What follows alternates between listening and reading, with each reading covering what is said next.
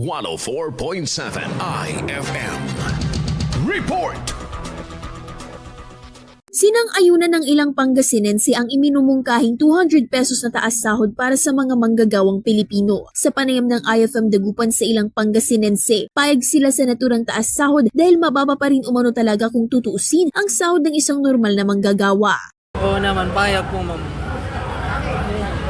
Para dagdag kita, parang allowance gano'n. Bayad sa mga bills, gano'n. Yun lang. Pahirapan na rin umanong pagkasyahin ng sahod na halos hindi kayang bumuhay ng isang pamilya dahil sa patuloy na pagtaas ng mga bilihin at nadadagdagan pang gastusin mula sa bahay hanggang sa pag-aaral ng mga anak na estudyante. Kung tuluyan umano itong maaprubahan ay malaking tulong at ginhawa para sa mga manggagawa dahil mas mararamdaman umano nilang mababayaran ng maayos at nararapat ang lahat ng kanilang hirap at oras na inilalaan araw-araw sa pagtatrabaho. Kasama mo mula rito sa IFM Dagupan, ito si Idol Joanna De Vera, Tatak IFM.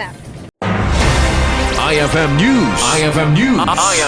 IFM News.